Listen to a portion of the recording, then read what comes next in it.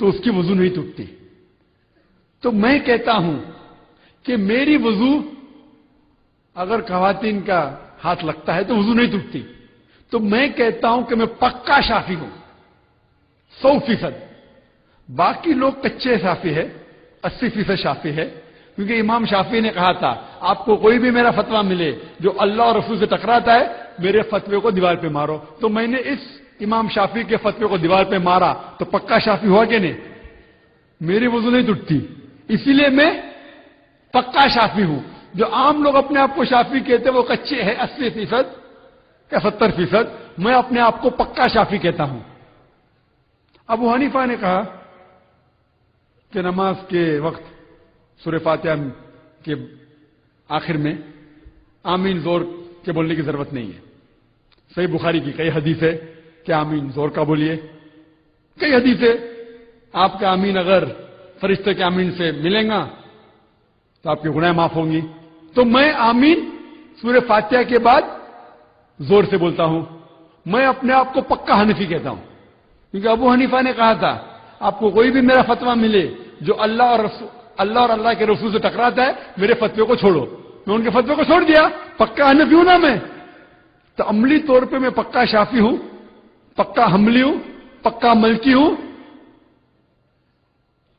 اور پکا حنبلی بھی ہوں. ہمیں اسلام کو فالو کرنے کے لیے چاہے دیوبند ہو, بریلوی ہو, کوئی بھی جماعت ہو, ہمیں دیکھنا چاہیے اللہ اور اللہ کے رسول کی تحقیق کرنا چاہیے. ہمیں اس میں تحقیق میں اگر ملتا ہے حق کی بات اس کے اوپر عمل کرنا چاہیے. لوگ اگر کہتے ہیں, کچھ لوگ کہتے ہیں کہ اہل حدیث ہے, مثال کے طور پہ جماعت اہل حدیث ہے. میں کہتا ہوں کہ میں سب حدیث پہ عمل نہیں کرتا ہوں, صرف صحیح حدیث پہ عمل کرتا ہوں. میں اپنے آپ کو اہل صحیح حدیث کہتا ہوں. حدیث ضعیف بھی ہے, موضوع بھی ہے, صحیح بھی ہے. میں جانتا ہوں کہ اہل حدیث بھی صحیح حدیث پہ عمل کرتے ہیں, لیکن اگر میں اپنے آپ کو کہوں گا تو میں کہوں گا میں اہل صحیح حدیث ہوں. کیونکہ میں پکا قرآن اور صحیح حدیث پہ عمل کرتا ہوں, ضعیف حدیث پہ نہیں, صحیح حدیث پہ عمل کرتا ہوں.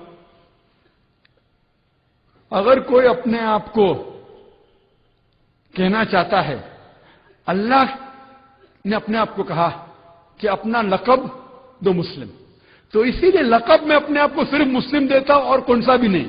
عملی طور پہ پکا حنفی ہوں, پکا شافی ہوں, پکا ملکی, پکا حنبلی, پکا اہل حدیث. لقب سے میں اپنے آپ کو مسلم کہتا ہوں. کیونکہ اللہ تعالیٰ فرماتے سورہ حج میں سورہ نمبر 22 آیت نمبر 78 میں اللہ تعالیٰ فرماتے ابراہیم علیہ السلام سے کہ ہم نے آپ کا نام رکھا مسلم. اس سے اچھا الفاظ ہے ہی نہیں. ہم آپس میں کیوں جھگڑا کر رہے, وہ حنفی, وہ شافی, وہ حنبلی, وہ مالکی, یہ دیوبندی, بریلوی, کیوں جھگڑا کس بات کا؟ ہمیں عمل کرنا چاہیے اللہ اور اللہ کے رسول پہ. کوئی بھی دنیا میں کوئی بھی شیخ ہو, کوئی بھی فتویٰ دے رہا ہوں, آپ اس سے پوچھیے کل ہاتھ برہانکم, آپ کا برہان پیش کرو. یہ قرآن کی آیت ہے سورہ بقرہ سورہ نمبر 2 آیت نمبر 111 میں. اگر ان کا برہان قرآن اور حدیث سے ملتا ہے اس شیخ کی بات مانو, نہیں ملتا پھینک دو. میں جو کہتا ہوں اسلام میں ذاکر, جو اسلام میں کہتا ہے وہ زیرو ہے, زیرو, کوئی اہمیت نہیں رکھتا. اسی لیے میں جب بھی جواب دیتا ہوں قرآن اور حدیث کا حوالہ دیتا ہوں. میری اہمیت اسلام میں زیرو ہے, کچھ نہیں, شونیہ, زیرو. اسی لیے میں جب بھی جواب دیتا ہوں قرآن اور حدیث کا حوالہ دیتا ہوں. اللہ جو کہتا ہے, اللہ کے رسول جو کہتے ہیں, صحابہ جو کہتے ہیں, اس کی اہمیت ہے. کوئی بھی عالم دنیا میں آج کی تاریخ میں کتنا بھی بڑا شیخ ہوں دو, افسوس کی بات ہے لوگ فتوے دیتے لیکن حوالہ نہیں دیتے. ہم مسلمان کو صرف یہ پوچھنا چاہیے بھائی آپ کا ثبوت کیا ہے, پوچھو, حوالہ پوچھو. کچھ لوگ کہیں گے ارے مجھ سے حوالہ پوچھتے ہیں, شیطانی سوال. جواب نہیں پتا تو بولتے شیطانی سوال. ہمیں عمل کرنا چاہیے اللہ اور اللہ کے رسول پہ. کچھ لوگ مجھ سے کہتے ہیں کہ صحیح حدیث ہے ترمذی کی کہ اللہ کے رسول نے کہا کہ 73 فرقے ہوئیں گے. اللہ کے رسول نے کہا 73 فرقے ہوں گے, یہ نہیں کہا کہ 73 فرقے بناؤ. اللہ فرماتا ہے قرآن مجید میں، اللہ تعالیٰ فرماتے کہ فرقے بنانا حرام ہے. اللہ کے رسول جانتے ہیں کہ اللہ کہنے کے باوجود کہ فرقے بنانا حرام ہے، مسلمان بنانے والے. تو ان کی حدیث ہے کہ 73 فرقے ہو گئے. انہوں نے یہ نہ کہا کہ 73 فرقے بناؤ. اور جب صحابہ نے پوچھا کہ ایک ہی فرقہ صحیح راستے پہ ہوگا، جنت میں جائے گا، ہر کوئی مسلمان کہتا وہ میں ہوں. جب صحابہ نے اللہ کے رسول سے پوچھا کہ کون سا فرقہ جنت میں جائے گا، تو اللہ کے رسول نے کہا وہ جو قرآن اور حدیث پہ عمل کرتا ہے، جو میرے بات اور صحابہ پہ عمل کرتا ہے، جو فرقے نہیں بناتا ہے. قرآن کہتا ہے فرقے بنانا حرام ہے، فرقہ بنائے مطلب غلط. آپ جب یہ کہیں کہ صرف میری جماعت جنت میں جائیں گی، قرآن کے خلاف. ہاں، صرف وہ جماعت جو اللہ اور رسول کے بات کے اوپر عمل کرتی ہے، جو فرقے نہیں بناتی ہے. اسی لیے مجھ سے جب کوئی پوچھتا ہے اب کیا ہے، تو میں کہتا ہوں میں مسلم ہوں. عملی طور پہ پکا حنفی ہوں، پکا شافی، پکا حنبلی، پکا ملکی، پکا اہل حدیث. میں چاروں ائمہ کی عزت کرتا ہوں. میرے حساب سے چاروں ماشاءاللہ وہ سلفی تھے، سلفی صالحین کے اوپر عمل کرتے تھے.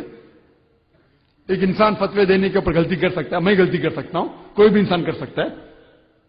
اور دیکھے جاؤ تو ان کی باتوں میں 95%، 98%، 99% دیکھے وہ 1% کی ہم جھگڑا کر رہے، گروہ بنا رہے کہ اسلام میں گروہ بنانا، فرقے بنانے کی اجازت نہیں ہے. اللہ تعالیٰ فرماتے جو بھی کوئی فرقہ بناتا ہے وہ حرام ہے. تو ہم مسلمان کے اندر آپ دیکھیں گے فرقے کیوں ہیں؟ کیونکہ ہم قرآن کو سمجھ کے نہیں پڑھتے. قرآن پڑھتے عربی میں، ختم کرتے رمضان میں 1، 2، 3، 4 بار، سمجھتے ہی نہیں. کیا قرآن ختم کریں گے انشاءاللہ ثواب ملے گا، لیکن جب آپ سمجھتے نہیں تو عمل کیسا کریں گے؟ اگر ہر مسلمان قرآن کو سمجھ کے پڑھے گا تو کوئی بھی شیخ آپ کو گھمائے گا نہیں. کیا ہوتا ہے فتوے میں ہوتا ہے نا، گھماتے، take you for a ride انگریزی میں کہتے ہیں. آپ اگر قرآن مجید کو سمجھ کے پڑھیں گے تو قرآن مجید اللہ تعالیٰ فرماتے سورہ قمر میں، سورہ نمبر 54، چیپٹر 54، آیت نمبر کم از کم 4 جگہ پہ، آیت نمبر 17، آیت نمبر 22، آیت نمبر 32، آیت نمبر 40، وَلَقَدْ يَسَّرْنَا الْقُرْآنَ لِلذِّكْرِ فَهَلْ مِن مُدَّكِرٍ. ہم نے قرآن آپ کو سمجھنے کے لیے آسان بنایا ہے، تو کون اس کے اوپر عمل نہیں کرے گا؟ قرآن آسان ہے، سمجھ کے پڑھو. اگر سمجھ کے پڑھیں گے تو کوئی بھی آپ کو غلط راستے پہ نہیں لے کے جائے گا. تو ہمیں قرآن اور حدیث کو سمجھ کے پڑھنا چاہیے، اس کے اوپر عمل کرنا چاہیے. آپس میں فرقے بنانا حرام ہے. Hope that answers the question.